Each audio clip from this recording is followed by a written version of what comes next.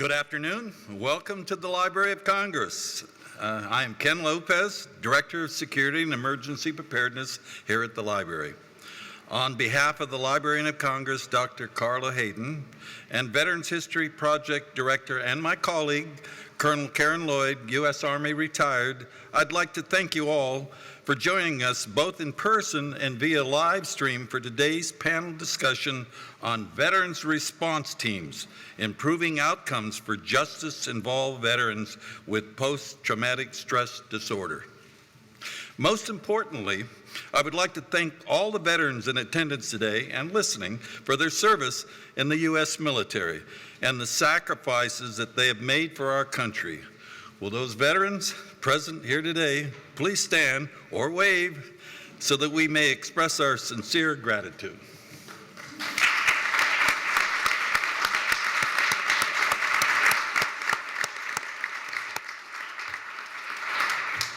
Thank you very much. I would also like to thank our moderator, award-winning journalist Jonathan Elias from WJLA-TV, as well as our other guest speakers and panelists for accepting the invitation to share their experiences and expertise with us today. We're excited to hear from each of you. The Library of Congress Veterans History Project is congressionally mandated to collect, preserve, and make accessible the war stories of U.S. military veterans who served at any point from World War I through the most recent conflicts, so that the future generations may hear directly from veterans and better understand the realities of war. Now in its 19th year, the project has achieved more than 110,000 collections of personal remembrances of wartime service from the brave men and women who served, including audio and video recorded oral histories, original photographs, letters, diaries, journals, unpublished memoirs, wartime correspondence, and two-dimensional works of art. The Veterans History Project receives approximately 100 new collections each week and serves as a vital research for researchers, authors, filmmakers, educators, students, and veterans' loved ones. The National Institute of Corrections, NIC, is the only federal agency with a legislative mandate to provide specialized services to corrections from a national perspective. NIC provides direct service rather than financial assistance as the primary means of carrying out its mission. It responds directly to the needs identified by practitioners working in state and local adult corrections. The Federal Bureau of Prisons, the Department of Justice, other federal agencies, and the United States Congress. NIC staff provides leaderships to influence correctional policies, practices, and operations nationwide in areas of emerging interest and concern to correctional executives and practitioners, as well as public policymakers. Now in its third years, the collaboration between the Library of Congress Veterans History Project and the National Institute of Corrections is one that has benefited many. Together, these two organizations have illuminated issues at the national level that affect not just veterans living with PTSD, but also their loved ones, service providers, and communities at large. It is through open dialogues like the one that is about to take place that we better understand the plight of those who served and subsequently make the changes needed to ensure they have access to programs and resources that will make life better for them. As an Army veteran who served as a platoon leader in the Vietnam War and later as a military intelligence officer in Washington, D.C., I am fully aware that many of our men and women return from serving our great nation with unhealed, invisible wounds, often making them virtual strangers to their loved ones in surrounding communities. Some recognize the symptoms, receive a diagnosis of PTSD, and seek treatment right away. Relatively speaking, those are the fortunate ones. To many others, through no fault of their own, go undiagnosed and or untreated for many years, leaving them at a higher risk to experience homelessness, unemployment, substance abuse, divorce, violent behavior, and suicide. According to the National Center for PTSD at the Department of Veterans Affairs, PTSD occurs in 11 to 20% of the veterans of the Afghanistan and Iraq wars, 12% of veterans of the Gulf War, and 30% of veterans of the Vietnam War. Today's discussion will cover the information of veterans response teams, which are comprised of law enforcement professionals who are trained to respond to situations involving veterans in crisis. You will hear from experts from cities across the country who have seen the benefits of having veterans response teams in place, resulting in saved lives, a decrease in hostile situations, and an increase in the number of veterans who receive the treatment they so desperately need. After the panel discussions, we will open the floor for questions from the audience. Coming to the podium next is Mr. Stephen Amos. Since November 2015, Mr. Amos has served as the chief of the Jails Division of the National Institute of Corrections. With more than 3 decades of service in the fields of law enforcement and corrections as a practitioner, researcher, and policymaker at the local, state, national, and international level, Mr. Amos has stated that he has never found anything that is more professionally rewarding. His interest in coming to NIC was that it would be most rewarding capstone in his career, doing what he loves most, supporting the professionals working tirelessly to enhance the public safety of their communities and the lives of those for whom they are charged with stewarding. Ladies and gentlemen, it is my pleasure to introduce to you Mr. Stephen Amos.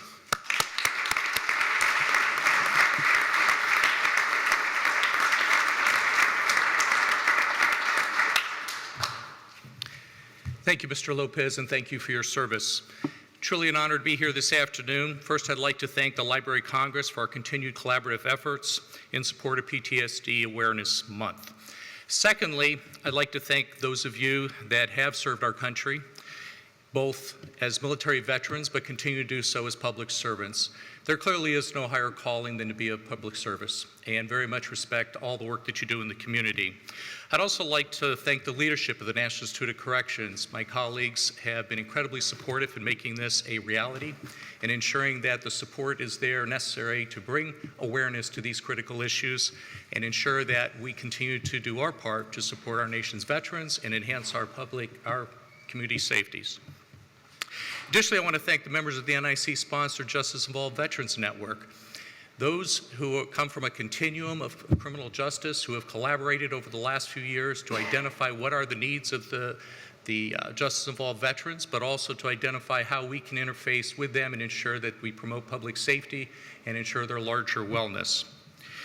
Also, I'd like to recognize the leadership of the U.S. Department of Veterans Affairs, specifically Sean Clark, National Leader for the Veterans Affairs Outreach Program, and Jessica Blue Howells, National Leader for the Healthcare for Reentry Veterans Programs. The Veterans Administration has been incredibly supportive, always at our side and working collaboratively to identify the opportunities, the challenges, and how we can work together to improve, work for better outcomes. Lastly, I'd like to give a special thanks to my colleague at NIC, Greg Crawford. Greg Crawford is a powerhouse of energy. He is a person that has spearheaded this effort over the course of the last 3 years, and he has truly worked hard and diligently to be the voice of the justice-involved veterans. So please join me in congratulating and thanking Greg Crawford for his contribution.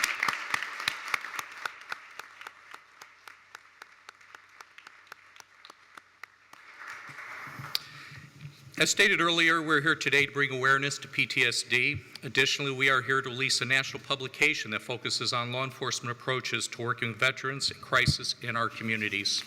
I hope each of you had the opportunity to pick up one of these documents, referred to as the Veterans Response Teams document here. This is being released today and obviously of significant interest to the field. You'll hear today from the law enforcement community in our panel about our exciting, innovative approaches to improving outcomes for veterans who may be struggling with PTSD. You will hear personal stories about how these efforts have saved lives and promoted public safety. In this document that I mentioned earlier, it focuses on the role that specialized trained law enforcement officers play in de-escalating circumstances where military veterans pose a threat to themselves or to others, and serves as a resource to the field. So for us, this is an important milestone in our compendium efforts to build a continuum of criminal justice engagement. And again, we're very pleased to be here today, not only recognizing the contributors to this body of work, but also the engagement and the opportunity to further educate the field in terms of how we can work together in partnership and collaboration to support our nation's veterans, but also how we can enhance our communities and their safety. With that, I'd like to introduce our key person here that is very significant to me. Jonathan Thompson is the Executive Director and CEO of the National Sheriff's Association. Him and I work closely and tirelessly over the last 4 years of my tenure to identify what are the challenges that the nation's sheriffs face in working in the community and how can they best support those community efforts. Two primary areas that he always has focused on is addressing the needs of the mentally ill and the substance use co-occurring disorder. I think it speaks volumes to his leadership and his continued collaboration and partnership with us at the Department of Justice and others, as exemplified by him being here today and presenting on behalf of the nation's sheriffs. So with me, it's my honor to introduce my friend, my colleague, Jonathan Thompson.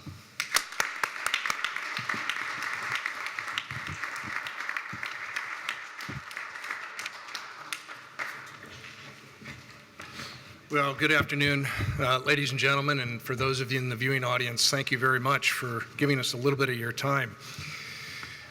I too want to thank a number of people. I want to say thank you to the library for hosting this great event. You know, as somebody who's lived in town for several decades, it's always a surprise when you can come into one of the great buildings in our country's capital and say to yourself, wow, and it's always an amazing experience. So thank you very much to the library. Secondly, I'd like to thank the entire NIC. Shana, I don't see you. There you are.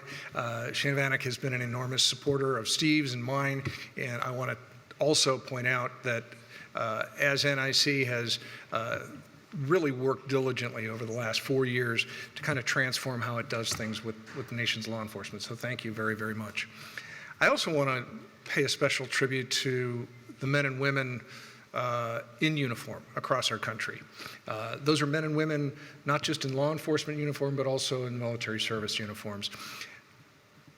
This week, as most of you know, marks an important week for us in law enforcement in the industry as well, to honor those that passed, who lost their lives in protecting us here in the nation, here in CONUS. They did so for any multitude of reasons, but public service was the two words that Stephen mentioned, and it is not just an honorable profession, it is the most honorable profession. And we oftentimes, I believe, forget them and forget the traumas and the trials that they go through.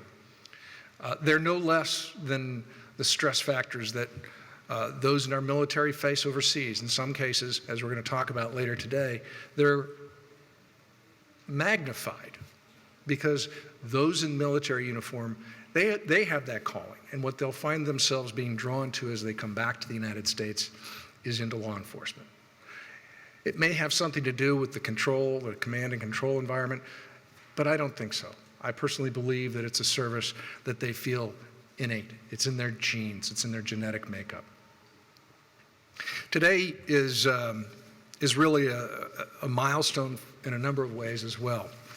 As I was preparing to spend the next 45 minutes speaking to you, I thought, you know, it'd probably be best just to make just a few minutes. As Sheriff Lamb knows, I could go on for hours about this topic, but what I wanted to do is just pay some attention to the things that are important to you all and to the community at large. I'm going to read some words from one of the gentlemen on the podium, and it literally struck a chord in my personal life. Quote, "It didn't click for me until then about how honorable and selfless service could actually translate into offending. When you serve loyally and something happens that shatters your world and you don't get the help you need, you can easily spiral into a criminal situation."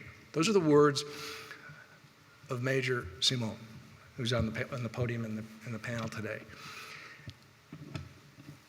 I have some personal history in this. Now, I've never worn the uniform, whether in military or law enforcement, but I am blessed to be the son of someone who served during World War II. A very quiet, strong man, my hero growing up. But he spent 31 days in Guadalcanal. Now, for those of you that don't remember your military history, which is a few in this room, for those that are watching that may not, those were the 31 worst days in Guadalcanal's history. I never learned about it until my father was 78 years old. Never talked to me about it, never talked to my brother or sister about it.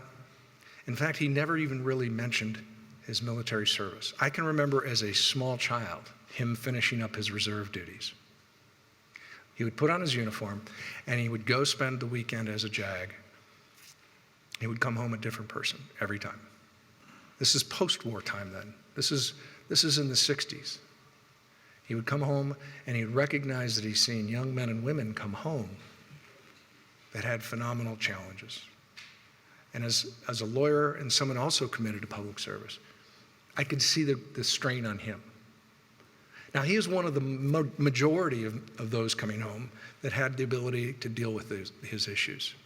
How he did it, I'll never know. None of us will ever know how some of those people do it.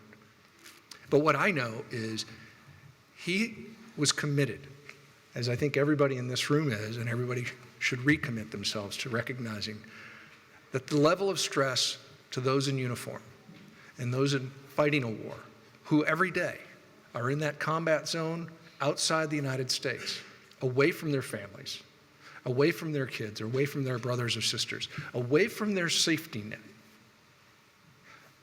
The level of stress is incalculable. In this book, I saw a couple of things that were absolutely intriguing. It's being released today, and I want to just tell you my observations of it, and then I want to turn it back over to Steve. It's really about the confluence of causes here. It's the bringing together of our military issues and our law enforcement issues. Any given day, of the 700,000 plus people in our nation's jails, conservatively, half of them are there for no other reason than being mentally ill. Their illness caused them to do anything but end up in jail. It caused them to commit a crime. They don't belong in jail for the crime they committed. They belong with care. They belong in a hospital or a clinic. But we end up putting them in jail in this country. To me, that's tantamount to a crime in and of itself. There are alternatives, and we have to focus on those alternatives. Whether, as Stephen said, it's a coexisting condition with drug abuse or not. The most civilized nation in the world locks up, puts in jail, are mentally ill. Think about that for a minute. For no other reason than we don't have the courage of our conviction to go back and say, how can we do it better? We owe you, we owe them the obligation. It's a moral obligation to help them. Now, there are those that are very dangerous, and they belong in jails, and we get that. But when 350,000 people each day spend the night in jail because they couldn't get a medication and stay on that medication, they were kicked off of Medicaid, they were removed from the VA benefits, is that their fault? Are they really the ones to blame? No, I argue they're not. So the confluence we talk about today is where those in war and those in law enforcement come together. And I urge you all to think about the one last point I'll leave you with. If we don't, as a society, stand up and recognize the danger we're doing to ourselves, then we have no one else to blame but ourselves for the harm that we will achieve. This is not a Republican issue. This is not a Democrat issue. This isn't black or white or Asian or Hispanic. This is an American issue. These are the people that protect us every single day of their lives. They ask nothing more from us, nothing more of you than help. The hardest thing any of us have to do is to raise our hand and say, I need help. I want to thank the panel for your vision, your leadership, your willingness to come and talk about this. And I want to thank all of you, and I want to thank the library, but I also want to thank what I believe are two government agencies that are really trying to figure this out and put their arms around it. And there are probably others, but I want to pinpoint the VA. Secretary Wilkie and I have had this conversation. I know this is vexing. He knows it's vexing. And I know our new Attorney General is equally concerned. But the concern has to be brought to the forefront of our consciousness. I can't do it. The people watching can do it. The people in this room can do it. Our veterans deserve it. Our law enforcement officers deserve it. Our first responders deserve it. But those 350,000 people in our jails, because of their mental illness, they deserve it. Thank you. God bless you all. And I look forward to listening to this comment. Thank you.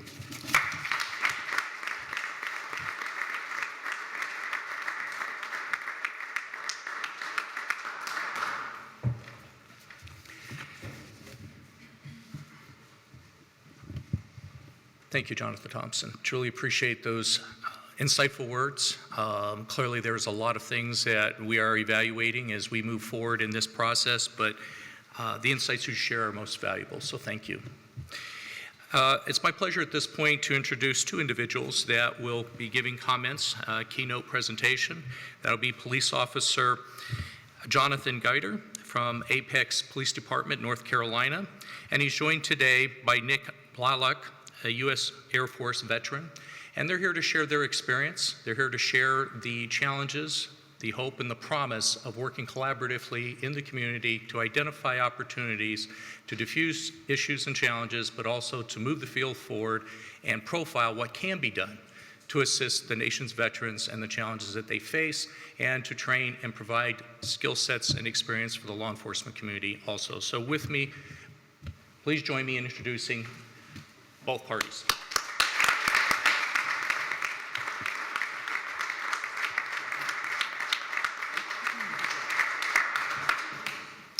Hello, everyone. I'm Jonathan Guider. I'm Nick Blalock, U.S. Air Force TACP veteran. So our incident, or our kind of friendship bond began in 2014. I was working at the Apex Police Department at the time, assigned to the Patrol Division, when Nick's father had come up to the police department to ask for some help with his son. His father, and I'm really glad that his father did this, because it was what actually led to kind of the idea starting to formulate in my head of how I wanted to approach this situation. His father said, my son was in the Air Force. He's just gotten off active duty. He's just been back home for a short amount of time, and he's really having a hard time. So when I asked him what was happening tonight, he said he got mad about something. He said I moved his computer and it fell on the floor, and he completely flipped out. He went into my room and just pushed it and destroyed everything, and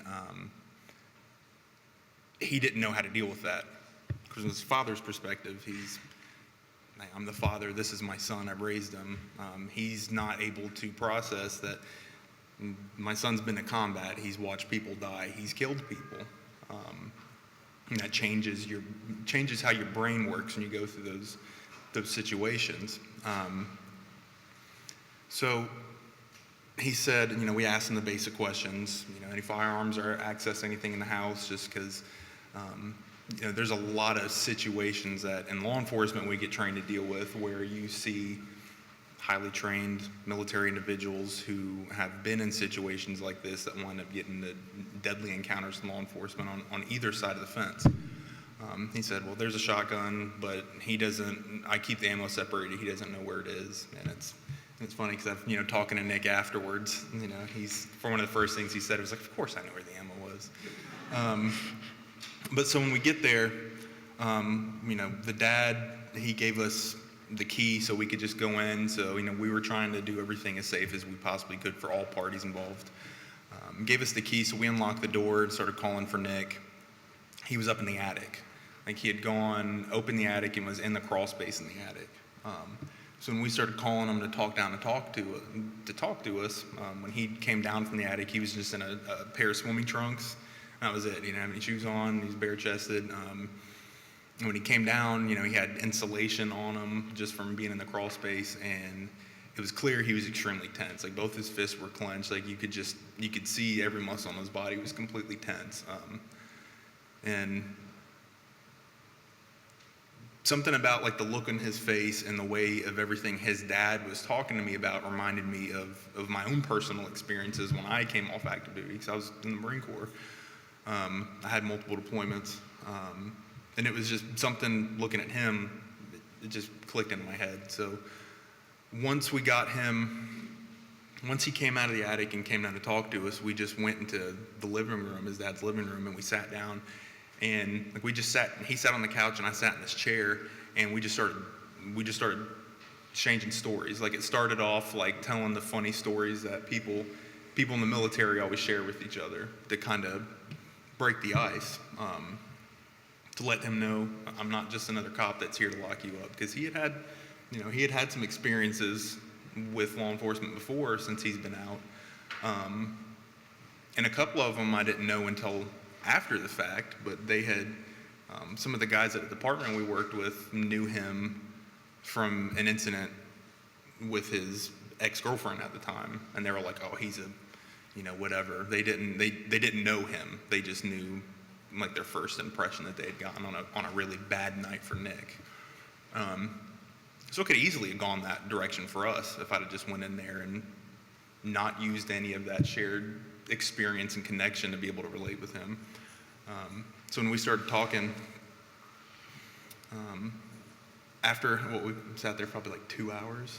Easy 2 hours, no more. Yeah, just talking, just sharing stories. Like, at one point, like, you could see the kind of stress melt off of him, because he went from being so tense and his fist clenched to we're sitting there laughing, telling jokes, telling stories that only people in our shoes would get and understand. But as much as I would have liked to stay there the whole shift talking to him and exchanging more stories, I did. I still had a couple more than a few hours left in my shift, and my boss man wouldn't let me stay there the whole time. So we had to come to some sort of resolution. And I got it approved by my sergeant at the time. I said, he doesn't need any sort of jail, because our department policy at the time was anything domestic. If there's any sort of physical assault or anything, then an arrest has to be made. And he had shoved his dad, like, slightly. So by our policy, he had to go. And I told Sergeant Herring at the time, I said, this is the worst thing that can happen to him. He's put himself out there, and we've made that connection. The worst thing I could do to this man right now is put him in handcuffs, take him to jail, and leave him sitting in the county jail. So I got Sergeant Herring to approve. I said, if I get him to agree to go talk to somebody tonight, will that suffice? And he said, yes. And if anything comes out about it, I told you to do it, and I'll take the heat for it. So we went and we took him to the local hospital where they'll do some of that basic mental screening. And I gave him my phone number, and I got his phone number. And I said, man, I know everybody always says it, but I legitimately mean it. Call me if you need something, anytime. And he was like, okay. And I said, seriously, I mean it. And then left him there that night. So you want to speak for a little? How's everybody doing? Again, I'm Nick Blalock, Air Force TAC-P veteran, and subject of this super awesome scenario. So it was, like he said, a very tense situation. I, with my past in both the military and run-ins with law enforcement in the past, was nervous. I didn't know where we were going to go, what he was trying to do. But as I've said since we started the CIT training, the sincerity of the officers that responded that night, primarily Officer Guider, is what put this whole wheel in motion. And I say that because, as he said, you say all the time, hey, if you need anything, give me a call. I'd do it. Everybody's guilty of it. Somewhere in there is a little bit of truth, maybe. For him, it was all truth. When I got out of the hospital that evening, my father came and picked me up. We went back home. Next day came, which every other day does. Got a knock at the door. Who's at the door? Come to the door, it's Guider. He said, hey man, got you something. What'd you get me? So backtrack a little bit. It was my dog that was missing that started all of this. Somebody came and taken my dog from me. And being a veteran, losing my friends, I had my dog, that's all I had. And once that dog was taken from me, there's nothing I have left except to prove a point. And that's what I thought I was trying to do. When Guider came in with the sincerity of what he was saying to me, and the calmness of my dad, which showed me that they have already had prior dialogue that set the stage already, showed me that he was serious. So that day when he comes back, he says, got you something, got you a new dog. Who does that? You know, I just met this guy. He, as a brother that I've never met, saw my pain. There was a chance for him to act as a law enforcement officer and do what he's been charged by the state to do. But he saw, as he stated earlier, that was not the best decision for our scenario. After he came back on that day, I got my new dog, Griff. Anybody knows me knows my dog. He asked me, hey, are you interested in helping others? Extending this, going a little bit further than where we are. And of course, absolutely, look at what you've done for me. And I mean, it goes without saying. The officers keeping their promise that day and being sincere in what they were saying and actually caring about a brother who, yeah, probably deserves to go to jail right now, but it's just gonna complicate more issues down the line, is what allowed me to go all in and accepting the help. You know, there's other people in my life, my dad, Matthew Myers. I mean, there's numerous people who helped me, but coming from the staple in a community such as a police department, where they're like, hey, we see another problem and we see a way out. We see a light at the end of the tunnel that is not a train. So come with me. Maybe we could help somebody else. And I feel, I haven't seen it myself, I've heard, but in my community alone, there's been dozens of incidents after mine to where the groundwork that we laid out helped ease that situation, made that situation where it wasn't detrimental. The person involved didn't have to leave a legacy of disgust. They were able to stand up after a little bit of talk with their brother, take accountability for what they've done, which is the main thing. This is not a get out of jail free scenario. This is you step up and take accountability for what you've done, and it allows you to sit back in those warrior ethos that we develop in the military. And now you have the ability to take accountability again, and it makes you feel more whole. Yeah, you're still wrong. That's not going to change whether it takes you to jail or not. The situation already happened. But being able to step up and take accountability for it and then go forward and help others in my community is what I feel like Chief Myhand and Officer Guider have given us. It's a great thing. As I said, it's not a get out of jail free card. It is an accountability check. Reality check is what some of us call, but I like to call this an accountability check. Gives you a chance to take accountability for your own. And since that, I feel like personally I've come back better as a man, better as a son, an upstanding member of my community. I have my faults. I fight my demons every day, just like everybody else. But because of this and this alone, I have become a better person, and I can't thank you enough. That's all you, brother.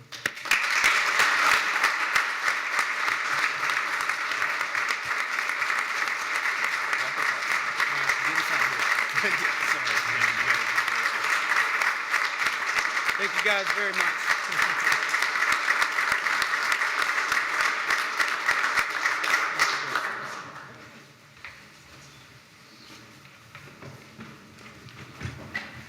Good afternoon. I don't know how I follow that. I'm Jonathan Elias from ABC 7 News here in Washington, D.C. I'm also an instructor at the U.S. Army War College in Carlisle, Pennsylvania. I go every year. This will be my 10th year there. I come from a family. Father was in the military. Stepmother was a homicide cop for LAPD for a number of years. So I have a unique perspective and background coming at my job and certainly coming to this panel. And in years past, I've worked with Greg on the PTSD issue from courts to incarceration and now from law enforcement. Love that story with Griff. What kind of dog is it? Pit bull. Pit bull? My sister-in-law has a pit bull. It's the best thing ever. And it was a rescue, right? Yes. I just think that's interesting. You rescued a dog and at the same time it rescued you. Yeah, that's good stuff. You listen to that story and it literally strikes you as common sense, right? How many officers out there? I mean, we in the news media focus on the 0.02% of the knucklehead law enforcement officers in the country when there's still 99.2% that are really good cops out there every day risking their lives to preserve and protect us. The thing about combat and war that I, over the years, have come to find out, and mine started 15 years ago when I came face to face with what PTSD actually looks like, and it was a young corpsman who I had done something nice for, and because I had done something nice for this guy, he literally thanked me by giving me a hug, and in that hug, he started to tremble, shake, and cry uncontrollably. And then I come to find out this young, good-looking 24-year-old kid had been on multiple tours and had seen probably the worst things you could ever imagine. I learned then there's a language of war. And unless you've been on the front lines and you've been in combat, then you don't speak that language, don't even pretend to understand that language. It's a completely different language, and you can only learn it by being in that situation. And I wouldn't wish that on anybody, but I've met now enough people to know that when you come through and you understand that language, it affects everybody differently. Some people are profoundly affected and they have a hard time, like their world gets turned upside down and it's hard to get their equilibrium ever again. And there's others that just walk away from it and they seem to be functioning fine, and maybe 20, 30 years down the road, they'll take an accounting of what really happened in their life and it slows things down for them. Either way, you come away affected by it. And I think with PTSD, the hardest part about this is to understand the scars when most of the people who suffer from it will never say anything. They won't admit it to themselves, let alone admit it to others. You can't fix a problem unless you can identify a problem. And that's why this panel here today is going to help us not only identify the problem, but perhaps fix it along the way. And the interesting thing about this particular topic is if you walked into a diner, and let's say you had a young Marine in uniform and you had an officer in uniform, police officer, those two guys would get into a fight about who's going to pay each other's bill. There's this respect that goes between the brotherhood of those in uniform. I don't care if you're representing your nation or your neighborhood. There's a respect between the two. So it's very difficult to understand when a call comes at 1 o'clock in the morning, just your domestic call. And here you have these police officers confronting somebody who may have been retired special forces who's not only very good with the gun, but better than anybody in that entire city in any law enforcement capacity. And now they're staring straight into this guy's eyes trying to talk him off of a ledge. And it can be very volatile, it can be deadly, and we've seen that in years past. So if there's a way that there's a language that can be spoken between these two to maybe circumvent that particular violent confrontation, then that really is the goal. And you saw it here with the two speakers prior to me, is that it literally, they looked at each other, they understood the rage, and instead of the police officer retreating to a self-preservation role and perhaps maybe looking or leaning on his weapon for something he might need against this person, he understood that his mind was the most powerful weapon in that particular confrontation. What I want to do is let's go down the panel one at a time, starting from my left over. Introduce yourselves. Let's do the 60-second version, because last time I did this, I kid you not, there was somebody that went into a 10-minute introduction, and I said, listen, if it's Albert Einstein, okay, I understand 10 minutes, but let's, all right, so please, if you would, go ahead. My name is Blair Myhand. I'm the police chief for Clayton, North Carolina, which is a suburb of Raleigh. I am I'm a retired Army First Sergeant, so go Army. I have had the fortune of being Jonathan's captain when we worked at another agency, and I thank God that I was a veteran when he came and told me this story between him and Nick and the success of it. And so, you know, what I did pretty quickly was, you know, not the smartest guy in the room, but I was smart enough to figure out that this was bigger than just us and Apex, and did a lot of research and was instrumental in creating what is the Veteran Crisis Intervention Training that we'll talk about here later on today, so right. Less than 60. Nice job. Jonathan. Jonathan Guider, got out of the Marine Corps January 2010 as a corporal. I was a cannon crewman, 08-11. I said before when I was up there, 2 deployments. Working for, as he said, he was lucky to be in that role as captain when we were at Apex, but it's one of those things that I think there's certain crossroads in people's lives where things just line up the right way, and the fact that I had that call with Nick, and then we had the success we had from that while he was my captain. So it wasn't shortly after that they shook captains around, and a different captain was over the patrol division. If it had been any other captain other than him at Apex, and I'd have come forward and when I talked to him about, hey, here's what happened, here's my idea, they'd have been like, oh, cool, and they'd have gone on about their day. But him having the same experiences, again, that shared experience, connecting me and Nick, connected me and Nick's story to him, and then he did all the actual, he did all the hard work on it. He made all the networking, basically designed the entire training. So it was, I think all of us were the lucky ones that he was in that position. Don't you love those humble types? Yeah, it's all him. Yeah. You did you started the ball rolling. Nice job with that. Yes, To add to that, I'd like to say how honored I am to be here with these national innovators. My name is Evan Seamone. In my civilian capacity, I work with a nonprofit called Swords to Plowshares, helping veterans with their second battle for benefits, which is a huge piece of this. I asked my unit in the reserves to be in uniform in recognition of PTSD Remembrance Month. Of course, the positions I share with you are from my own personal experiences. Hello, everybody. I'm Sheriff Mark Lamb, Pinal County Sheriff. That's in Arizona between Phoenix and Tucson. I am one of 15 sheriffs in the state of Arizona, and it's an honor to be here. It's an honor to be here with these men. It's an honor to represent Pinal County, Arizona, and more than 3,000 sheriffs across this country. You know, as sheriffs, one thing we deal with is we deal with the road aspect and we deal with the jail aspect in most cases. Mental health is a problem all across this country. And it is something that we consistently deal with as sheriffs, and for the most part, that has been cast on us as sheriffs. And we house a lot of people with mental health issues, as Jonathan Thompson had mentioned. Particular interest to that is I am a father of 5. I have a son who serves in the military, and I am a patriot, and I love America, and I love freedom. And I love the men and women who have fought for freedom. And the least I can do as a sheriff, even though I'm not a veteran, is do what I can to restore them to their original pride and restore them as whole as I can to send them back out to the community, which is why we implemented a pod in our jail, which I took from another sheriff in Middlesex County, Massachusetts, Peter Katusian, our Humvee pod, housing unit for military veterans. So I'm a strong proponent of this, and it's an honor to be here today with you. Good afternoon. My name is Thor Eels, and I'm the Executive Director for the National Tactical Officers Association, and I, too, would like to thank our men and women who have served this great country. I'm the son of an Air Force fighter pilot, the father of 5 also. What an anomaly there. You guys both have 5 kids?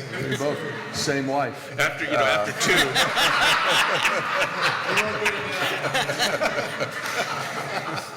And the father of 2 sons that are also Air Force pilots. And so the whole service and sacrifice of our veterans is near and dear to me and has been. Prior to joining the National Tactical Officers Association, I was a police officer, retired commander from the Colorado Springs Police Department in Colorado, which is the home to many large military installations in which we interface with the military on a very regular basis, most often under good circumstances, but occasionally under less than optimal circumstances.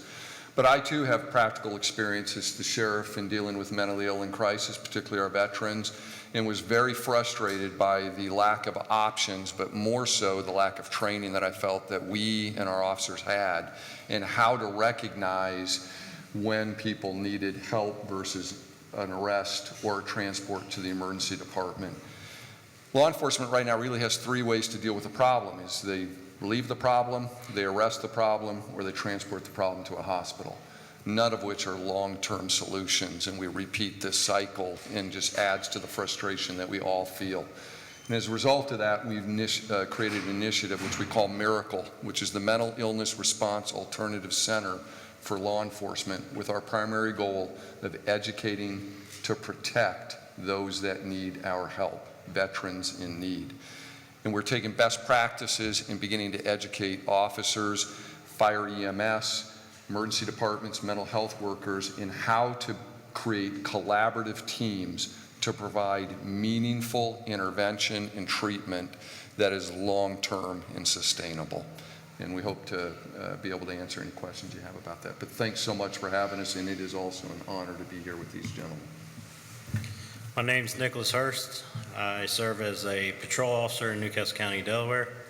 I served from 2004 to 2008 in the Marine Corps as a machine gunner, served 2 deployments to Fallujah, and I created a team, thanks to Captain Myhand, training in Delaware. We have 75 officers now that are certified to be a part of the Veterans Response Team in Delaware. So, and that was started because of a veteran who I served with in my unit was in crisis. Was what? I'm sorry? Was in crisis. All right, let's start with questions. So I'm going to pose some questions, and feel free to jump in, elaborate as much as you want. And I'm going to play devil's advocate, because from my background and knowing law enforcement, a lot of the friends I had grew up and became officers in different departments around the country. It's got to be one of the most thankless, hardest jobs out there. They're second guessed every step of the way. The court of public opinion, they always come up with the short end of the stick.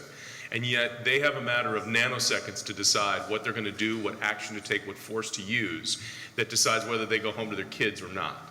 And they'll be the first to tell you, look, we get a lot of training, but we also have a lot of work to do, to get out on the streets every day and patrol these streets. So now you're asking us to juggle even more balls. How is it that you can adequately train a foot soldier, an officer out on the street, to deal with a crisis situation when you might come across somebody who has combat experience, is undergoing or in the middle of crisis? How do you get training to that officer to make a difference and perhaps circumvent what otherwise might be a violent exchange? Well, I guess I'll take that since everybody's credited me with creating this training. And so, what I found after Guider and I talked was, I did some basic internet searching, and I found it across the country, in every city, there were encounters between law enforcement and veterans that were in a crisis. And almost every one of those that I was finding, just news reports from different outlets, someone was either injured or killed as a result in a lot of those, either the police officer or the veteran, sometimes both. And as being a veteran, and I've served in Afghanistan and Iraq, I've been a cop for 25 years, I thought, man, how tragic is it that here's an officer who is sworn to protect his community, goes out there and gets killed for doing his job. And here's a veteran who is in an all-volunteer army who has service-related injuries or combat-related injuries, comes back and gets killed by a police officer. In some of those cases, the police officers were veterans and they killed another veteran. And it's just a matter of, it has to happen. And we tried to keep this training as condensed as possible and make it practical application so they can practice these skills, so when they go out there and they get in those situations, they know how to act better. And Give us an idea of the couple of the skill sets they need in order to do that.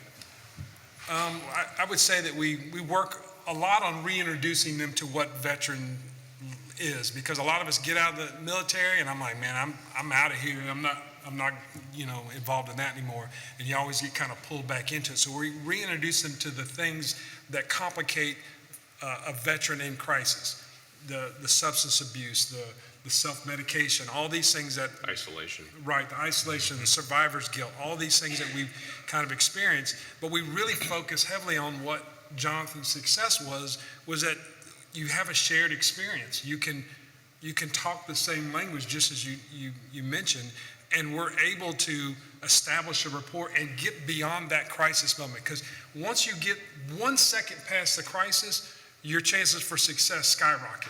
And then you can work long-term to connect them to the resources that are gonna help them get better and not reoffend and not find themselves in those crisis moments again. And a lot of it is about training, but a lot of it is about leadership. You know, you have a leader here in his agency who led by example, who showed interest in the veterans. You need leaders across this country in law enforcement that will lead by example, and those that are following them will follow.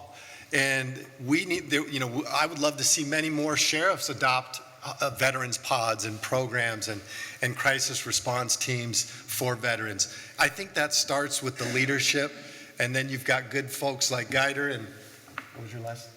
Hurst, that go out and they carry it out, and they do it on a daily basis. So for me, you do the training piece, but there's also that other piece that you have to buy in as a leader. So this would be something that your deputies, have they had this kind of training already, or are they going to get this kind of training? You know, we do some crisis. We need to expand it more for veterans. We actually have a crisis person that goes around with one of our civil deputies, and anytime a deputy runs into somebody with mental health, they will go out and respond to it. But we need to expand that better into the veteran services as well. But where we really kicked it off was in our jail, and it's a real piece of honor for us to be able to house our veterans separately. And I think all of us, even those guys that work on the road and in the jail, have really adopted that, and that feeling of respect and honor to the veterans goes throughout your agency. Officer Hurst, it strikes me is that when law enforcement comes into contact with a veteran in crisis, that's about the worst opportunity those two are going to ever meet. I mean, that's the most volatile and dangerous. Especially when you don't. But the problem is you have that bond through service. So you use that bond to communicate, and you both ultimately have a common goal, which is go home at the end of the night. It's just how do you get to that goal? And it doesn't work if it's a military veteran and just a civilian cop.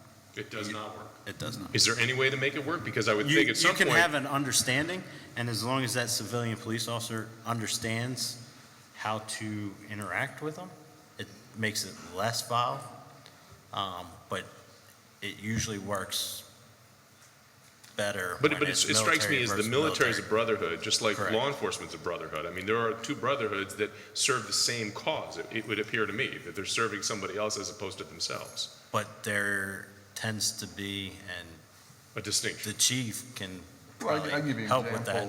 example. In Colorado Springs, we found, as a result of an interaction with a veteran in crisis, that the color of our uniform was aggravating the veteran, because our uniform colors happen to be the exact same as the Afghan police. You had kind of a khaki kind of color? We had a light blue color, and so the Afghani police, national police, wear a light blue color. There had been, this veteran had been in a critical incident in which there had been an attack on fellow troops. So you begin to learn from those types of incidents that our greatest advantage is preparation and education ahead of time. And the sheriff is absolutely right. It starts with leadership. But law enforcement in the United States, in the basic academies, our officers don't receive any training. So unless there is good leadership that makes it a priority to have continuing education as part of that, where there is that familiarization with non-veteran based officers who begin to appreciate what veterans might be thinking, exhibiting, and recognizing, and then how to respond, it becomes problematic. But training frequently is the first bit of low-hanging fruit that's cut from a limited budget. When the sheriff has to make a difficult decision. So what we're trying to do, like with Miracle, is through a public-private partnership, is create an endowment in which we can scholarship agencies and officers to, one, not only attend the training, but secondarily, if you ask the sheriff or the chief, minimum staffing levels are difficult to meet every single day. So not only is it hard to send the officer to the training because there's an expense associated with that, but then an officer has to be hired back to work that shift at time and a half, so it frequently is even more expensive. But if by working from a grassroots effort community, we can supplement that, we remove that financial obstacles to access what is really absolutely critical training for an epidemic problem in our country today. You know, the sheriff mentioned the Humvee pod, which is phenomenal, but I've known the sheriff a long time as a friend.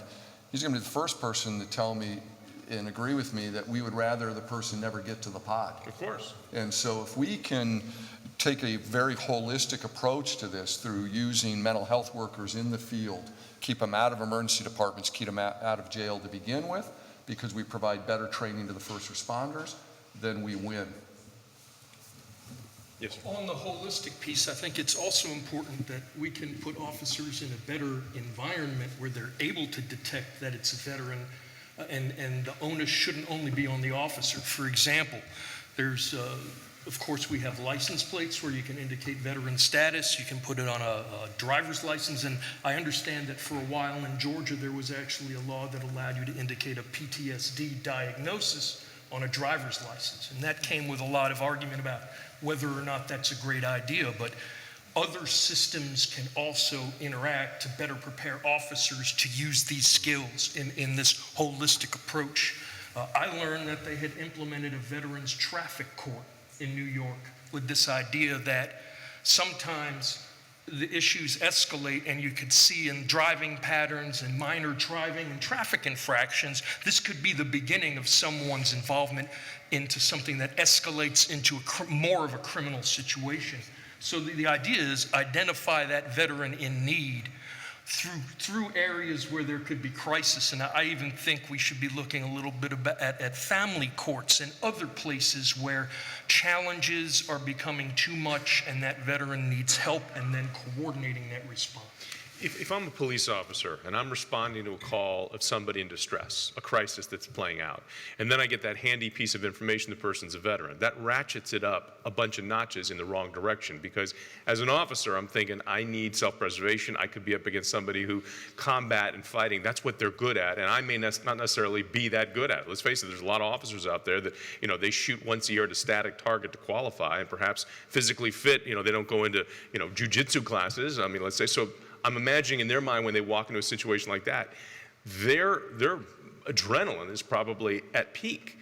You don't make the best decisions when you're at peak adrenaline, do you? I mean, and officer, you'd be the best person to walk us through this. If you had not seen or recognized the clenched fist, the jaw tightening, the muscles all tense, and realized that this was somebody that was dealing with an issue that was completely unrelated to his computer falling on the floor, what would you have done then, or what would you instruct other officers to do in that situation?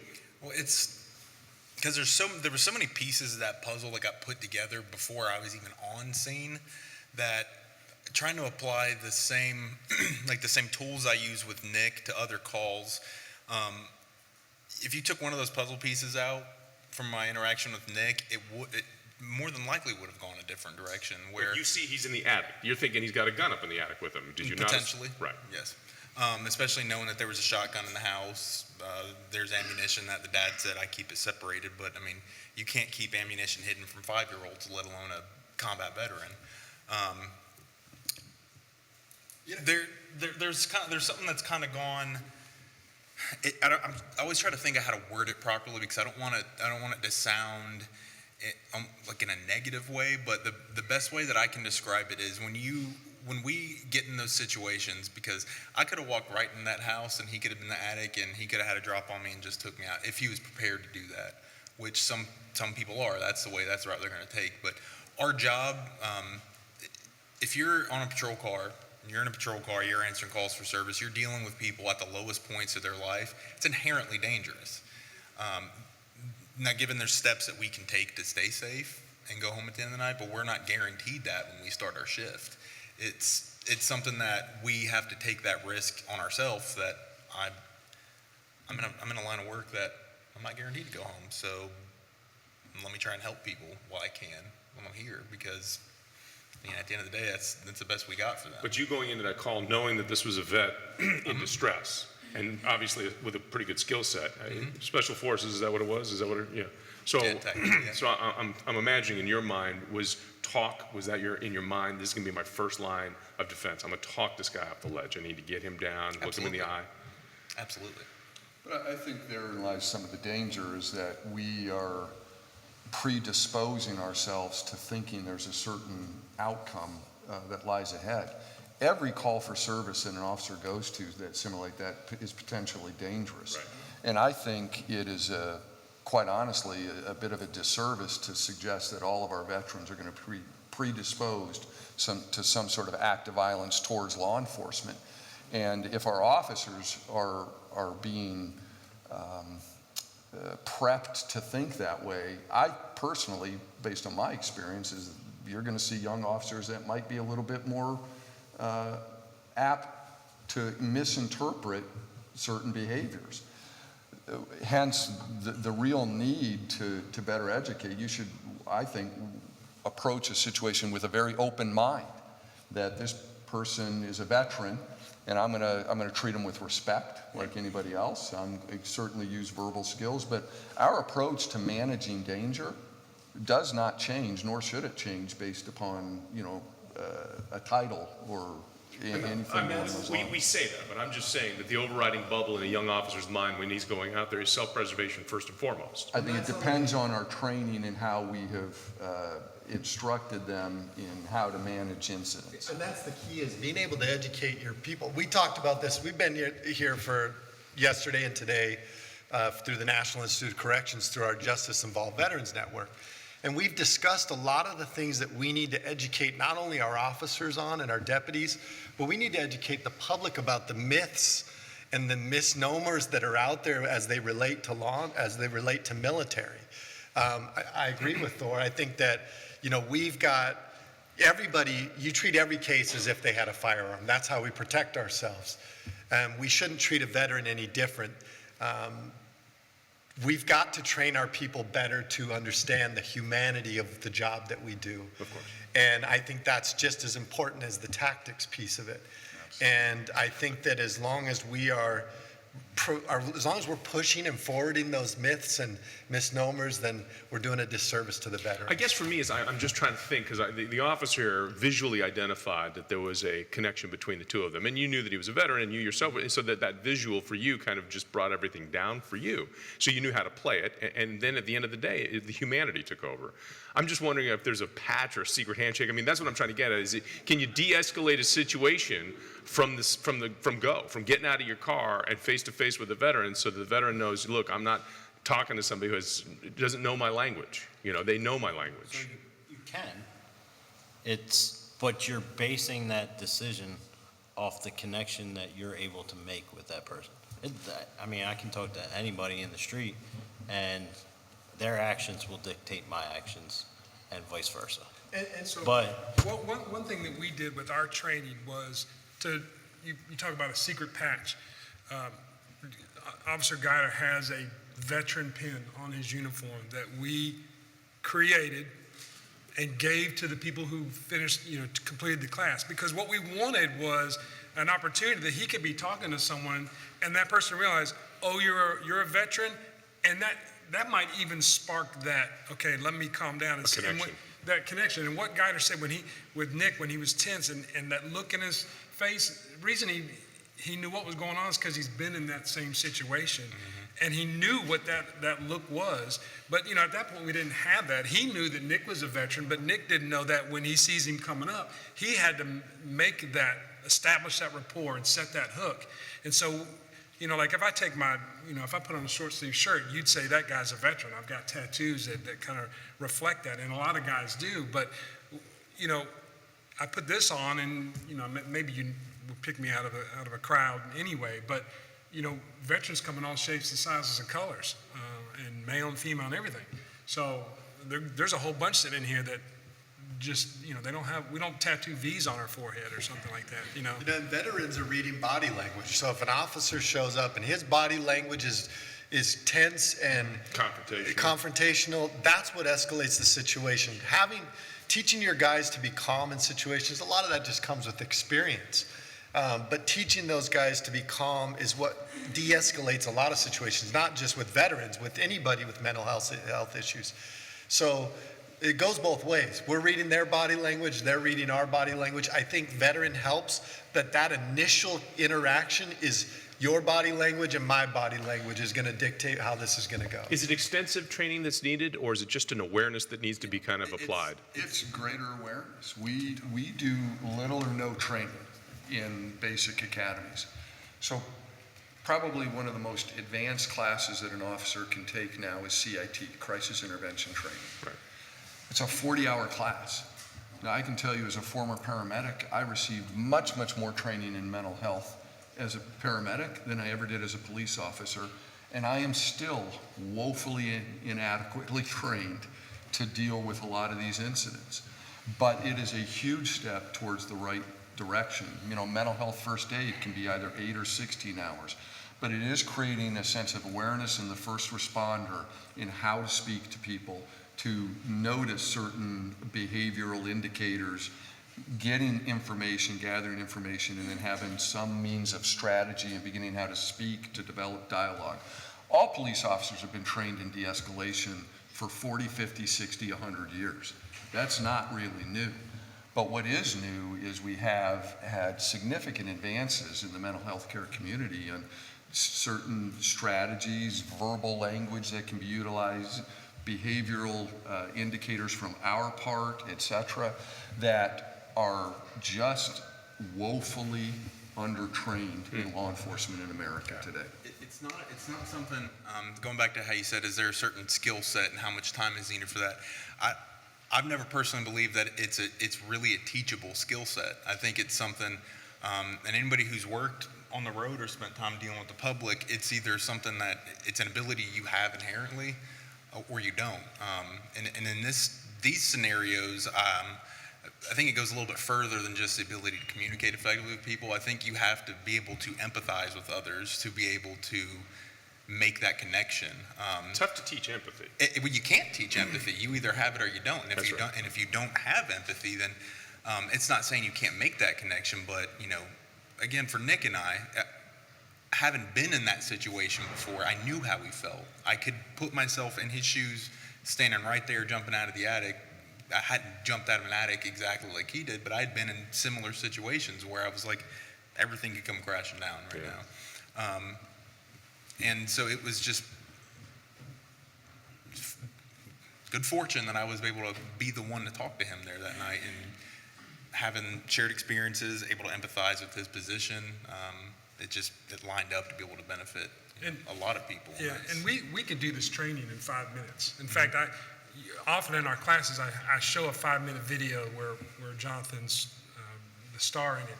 And I'm like, all right, training's over, because it's not that hard of a concept. It's common sense. It is.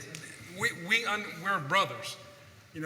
I didn't know him until a few years ago. He didn't know me. I see somebody wearing a Vietnam veteran hat in the store, I can go up and have a conversation. But what we do is we try to take the time to focus them on the issues that they're dealing with, remind them of who they are. We never compromise officer safety, and I strive that over and over again. Do not compromise your officer safety. But I've seen as much healing in the class from the officers who are in there, because some of these folks are dealing with their own issues. And I somewhat jokingly say this, that my purpose in doing this is somewhat self-serving, in that when I'm in crisis one day, when I'm that guy, I want an Officer Guider coming to me, or a Nick Hurst coming to me and getting me beyond that crisis moment. It's not that hard of a concept. In fact, everybody in every department of the country can start doing it right now. We just created a formalized program where we practice it, and we coach each other. Hey, try this time. Don't just go up and say, oh, you're a veteran, I'm a veteran too, and to think that's going to solve all the issues. Well, and that was ingenious too, putting on the boards, because most folks in the military, when they see somebody when they're wearing their dress uniforms, they look at people's boards to see what campaigns they've been on, so they immediately identified and looked at that and saw that, so that's an ingenious move on your part as well. Yes, sir. One other point to remember is sometimes it may be as simple as just grounding the person by saying, do you know where you are? Let's talk about where we are, because that uniform could trigger that dissociative kind of reaction where it's like, oh, I'm back wherever I was. And these are some classic symptoms of post-traumatic stress. And that could be all that's necessary, is helping the person It's always realize. the little things, just the little things that you tweak. I know we have folks here. If anybody have any questions, feel free at any point to raise your hand. We'd be happy to take your questions. Yes, sir. I'm a 30-year veteran, Army, National Guard Gray Area.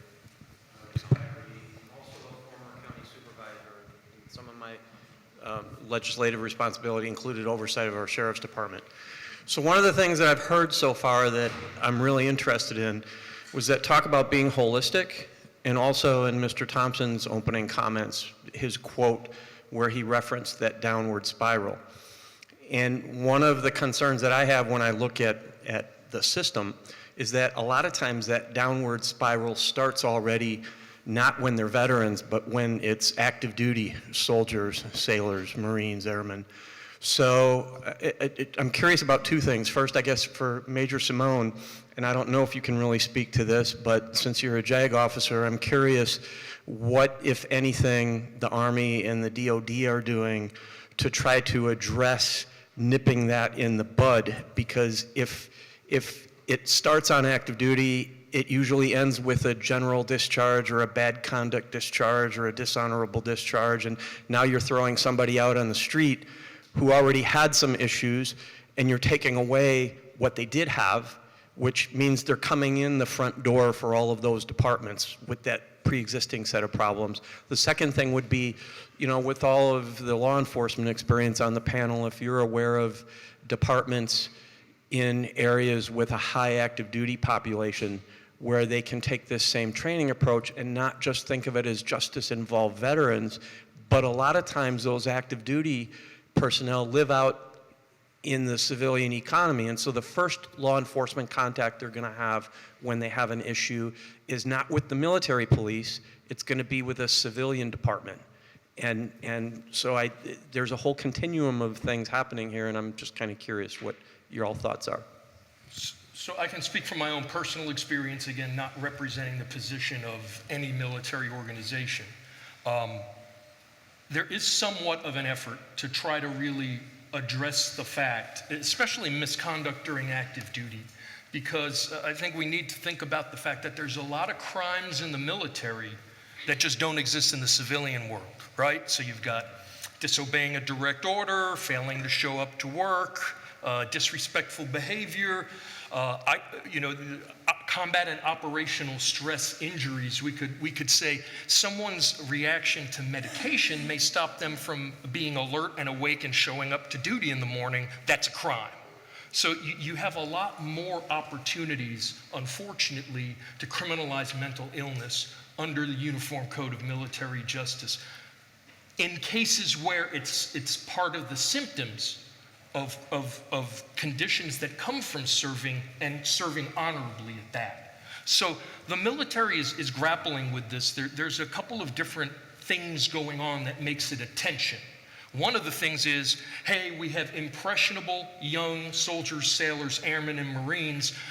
We need to show that there are consequences for misconduct. And if you have a unit where everyone thinks they're never going to be punished, then you'll have more misconduct and you won't accomplish the military mission. So we're never going to reach a situation where I think we'll have blanket exceptions to these rules.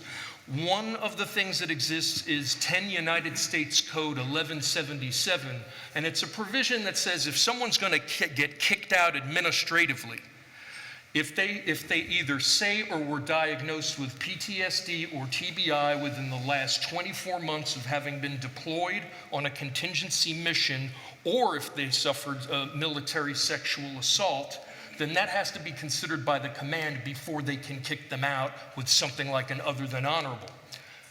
Some people might say that's great. It certainly requires more attention. I defend clients on a regular basis. Like, what about the 3 deployments 6 years ago?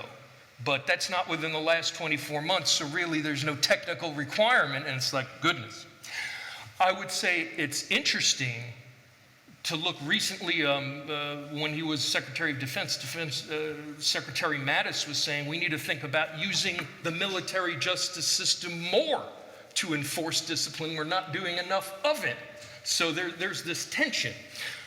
Something happened in 2017 called the Curta Memorandum. And A.M. Curta's like an undersecretary in the Department of Defense who said to the boards of correction for military records, you need to look better to see if there was misconduct that was related to mental health conditions. And you have a 5-page memo on exactly how to evaluate that for the purposes of discharge upgrading. That has not made its way to active duty. So you have to wait years until afterwards to try to bring it up. Now, when I go to an active duty board, I introduce that as evidence and I ask them to consider the standard, but technically it doesn't apply. But part of his question too is when people are discharged and they leave in less than honorable situations, and perhaps they might be a ticking time bomb. Right. How good is the VA at identifying that, and how good is the military at letting a community know this is what is going to be introduced into your neck of the woods? I know this is probably going to be one of those, not saying the VA is perfect, but You can say that, the VA is not, I mean, they do a damn good job, but there's enough veterans out there that'll tell you they're. But I feel like that's kind of like the easy way out approach for a lot of people is they just go, oh, the VA's terrible, I'm not getting treatment I need. But some of that does fall on the veteran that, okay, if you believe you have an issue for anything, you got to get help. You have to go to, you got to go, if you want not to pay for it out of your own pocket, you got to go to the VA for it. It may take a little bit longer depending on where you're at, but that's on you to get that if you want to. And having the opportunity to meet Ilario Pintano, the director of VA Affairs in North Carolina, through our training, he had a lot of things to say one time where he said for every person that had their legs blown off in a Humvee, I have 5 people filing disability claims for getting a paper cut in Germany. And you hear that and you're like, oh, that's ridiculous. And he says, but that's not a take away from the people that paper cut in Germany. That's what their job was. That was their part of the cog of the wheel. And he said, and they deserve just as much. They deserve the same sort of treatment. They might not need as much treatment, but they still deserve the same benefits. But there's just a lot of moving parts in that. But and I can't control what the military does or the VA does, but what I can control is what my role is. And so one of the things that we've tried in our county is we have started a veterans posse. And there's 3 missions to that veterans posse. 1, to mentor those people who get out of our Humvee program. 2, just to give some camaraderie to your veterans in your community. And the 3rd one is actually to acclimate those veterans who are coming home from deployment so that they don't, the biggest piece I think is the brotherhood, the loss of brotherhood when they leave and they come home. And if you can establish that through some veterans posses in your communities, I think you can bridge a lot of that. And so that's something we've worked on. It's going to take us a little while to get it as robust and as functional as I would like to see it. And that can be as simple as just going over to the house saying, hey, welcome back, and Exactly. have coffee with them, talk about what they experienced, stuff like that. John, can I answer his Sure, second question? please. You talked about communities have high veteran populations, and so where we were at in Apex and now in Clayton is not one of those communities, really.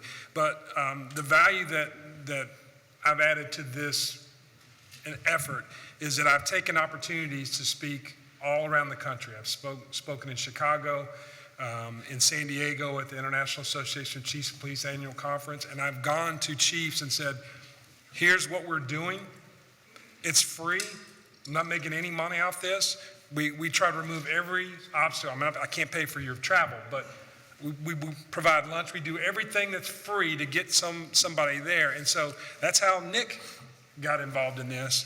In fact, Thor, you'd be happy to know that I have somebody coming from Colorado Springs PD next week for training. There are 4 counties in North Carolina now, Cumberland County, which is Fort Bragg, Durham County, Wake County, and Johnston County that are teaching this program. They're doing it in Delaware. They're doing it in Dayton, Ohio. I go and say, come to me. I'm a police chief. I can't travel around the country teaching this program. But if you can come to me, I'll teach you. I'll give you everything that we have created over 5 years. It's free because I want you to go home and do the same thing so you can save somebody's life. I don't, if St. Peter puts me at the front of the line one day because of what I did here, great. But we want those high veteran population communities, and the fact that Cumberland County, Fayetteville, North Carolina are now doing this, and they've got 25 officers from the Cumberland County Sheriff's Office and Fayetteville PD, and they're interacting with veterans every day. We don't deal with that every day like that. So it's critical that those communities do this, because they're dealing with veterans that are either on, active duty, living in the community, or a lot of times, you get out active duty and you just stay. If someone was kicked out with bad paper, they may think, oh, I'm never going to get the VA services I need. It's not even worth it. That new memo that came out about upgrades, it's worth letting them know. It's worth trying again because the standards have changed, especially for people who are already out. And one other thing is from the community coordinator managing perspective is try to find out if someone's headed out of the military with one of these discharges and try to work around that before they get out to set them up for the most success as they make their transition. You had something to add as well. Well, I was going to mention to your point, I think it's the ounce of prevention is worth a pound of cure. And, you know, that's what we're really trying to do. And in Colorado Springs, one of the things that we do is we have a monthly military collaborative meeting between the military and law enforcement leadership. And we talk about these issues, particularly veterans having difficulties integrating back, et cetera. So, you know, programs like the sheriff's, phenomenal. They need to be replicated. The problem in the United States is we have 22,000 different law enforcement agencies, which means there's 22,000 different ways of doing business. Approaches, yeah. And we're constantly reinventing the wheel. So the sheriff, or the chief's got a great program in North Carolina. I hate to say it, there's a lot of agencies that still don't know about it, never heard about it. But the way to look at this And is just a layer to add to your training, that's it. there's a lot more to it, but you get engaged in that. What we do is we have a police officer, paramedic, and licensed social worker that interface with our, the military on a regular basis ahead of time. But one of the problems that happens with law enforcement when you interface with a veteran in crisis, we may have those limited tools, but we don't even fully appreciate what are all of the resources in our own community that we can steer them towards. That's that prevention component of it, is that we can better educate them, we can steer them in those directions as well. Great idea. We have another question. Yes, ma'am. Well, Thank you for being here today. Yeah, So I'm curious about a couple things, and I'm thinking about some of this in terms of risk and protective factors. And perhaps one of the protective factors is education and training. Maybe that's something that we're hearing. Is there a need for a more formalized education and training program, and that will fall in more of the protective factors realm? And if so, is that something that needs to be formalized nationally? Are you talking about like at the police academy, add a course for young officers or cadets to pick Really up not on? sure how it would happen. I can tell you from an Through administrator. grants or, yeah. That's what we would need. Honestly, a lot of us struggle with training because of the budgets. Yeah. Where the federal government could really help us is not necessarily, we talked about this in our meetings, not necessarily mandating certain things, but providing the funding for us to be able to do the trainings, to be able to send people to get the adequate training. You've got law enforcement officials that have figured it out in certain categories, yet all of us are so struggling with budget. So that would be a big piece. The federal government coming in with a lot more money to be able to help us educate our guys. And that's what we're trying to do with Miracle, is a combination of federal funding, but what we're also doing is working with a lot of private sector philanthropists, foundation, community groups, so that one, we're not beholden to federal money, which can come and go depending on how things are working out at the time, but it's sustainable and it's grassroots. It creates an opportunity for law enforcement to interface with the community, to get to know one another, to know the needs. And then through Miracle, a lot of the programs allow the community participants to design their own alternative response programs that will work in their communities. Not all communities are the same in the United States. And you know, we have rural areas, we have urban areas, all those resources differ. So that's why we have that flexibility. But funding is a huge obstacle to law enforcement training. Hold on, Officer Hurst, you had 2 seconds, you wanted to add something. You've been... So for that gentleman's thing, and I'll answer yours as well. A lot of this is based off data collection. Data collection hasn't really taken place, and it's hard to find that data. So, like for instance, most people don't know that reservists have a higher % rate of PTSD diagnosis than active duty. Another one is 9 out of 10 people that serve in the military have not served in combat, but yet they have a PTSD diagnosis. Now, granted, PTSD, you don't need to serve in combat for diagnosis of that. But a lot of it's breaking those barriers and having data to support that so that we can go to the chief and we can go to the sheriffs and say, hey, we need money for this training, this is why. But since nobody's collected that data, we can't go that way. And there's, like, even for me, and I'm sure the other panelists, until I started working this route of setting up the team, I didn't know half the resources out there. And I am a veteran. And I have more access to those resources than the average veteran does because I've been out there digging to find them so that they can help our team out. Yeah, you'd like to think that those things are hiding in plain sight for all to see. And I guess from the law enforcement standpoint, if you're going to go into battle, you need to know what your resources are. And if the battle is to win over the hearts and minds of returning vets, then you got to know what's in your arsenal, i.e. programs that you can call, people and resources that you can reach out to. It makes perfect sense. Like the Veterans Treatment Courts. I mean, how many people in this room know that we have Veterans Treatment Courts throughout the United States? We do, because that was last year's panel, so. Yeah. What I'll say with respect to the training real quick, I know there's another question, but what we found that worked based on our own experiences is we really focused on local resources. And so we built our program that was scalable anywhere in the country. And so when Nick came and got the training, we trained him on these things that are consistent. Substance abuse among veterans is substance abuse among veterans. It doesn't matter if you're in Delaware or North Carolina. But what Nick had to do, and thank God that he did this in in Delaware, is he went home and identified all those local resources, because the resources he has in Delaware are different than the ones I have in North Carolina. They're different than the ones I have in Fayetteville. So it takes someone in that local department, that county, to say, I'm going to be the champion of this program, and we're going to identify all these nonprofits that work in our communities, and those are the ones that we're going to rely on first. The VA is going to be the follow-up. So we want to find the dogs that we can give somebody. And for anybody watching right now via the internet, any deputy sheriffs, or police chiefs, the internet is a wonderful resource that can expedite the process very quickly. Hang on, we got another question. One more question, then we got to wrap things up. Hi, I'm a lieutenant with the Department of Public Safety and Correctional Services in Maryland, and we started in February a pilot project at our prison to have a veterans tier like you have your veterans pod. I was wondering if you offer your veterans any specialized programming to help them during their incarceration and for when they get out? That's a great question. We actually have them busy from 8 in the morning till 5 in the afternoon. We have Alcoholics Anonymous they go to. We have we have canine therapy.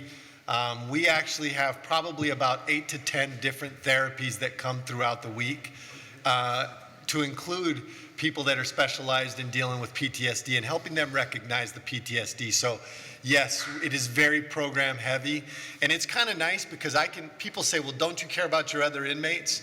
And what I can do is I can actually try these programs on a micro level, and if they work, I can roll them out on a macro level throughout the rest of my facility. So it is twofold. I can address the veterans, but at the same time, I'm learning about how I can help the rest of my population as well. Absolutely, yes. He's easy to find. He's the big guy with the cowboy hat. Yeah. We gotta wrap things up. I thank you very much for being here this afternoon. Thank you for your great questions and your involvement as well.